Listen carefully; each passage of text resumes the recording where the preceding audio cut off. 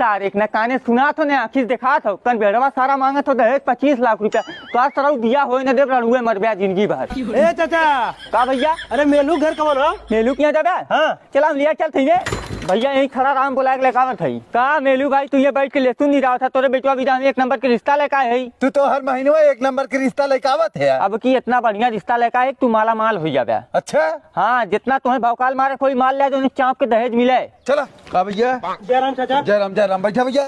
भैया तुम कोनो जन्म में बहुत पुण्य के काम कर रहा है जो तुम्हारे यहाँ घरे रिश्ता हो तो अब का हम मेलू भाई के बारे में बताइए। मेलू भाई खुद अपने बारे में बताइए। भैया अपने बारे में तो हम बताइबे करब, पहले चाय पानी कैला। ए जुगनुआ तनी नमकीन चाय लेका।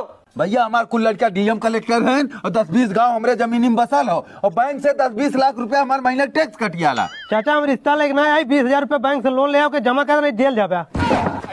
यार झिंगन भाई लायक हमें फंसा दे है। हमें क्या पता रहा मेलू भाई की इतना गड़बड़ आदमी है यार।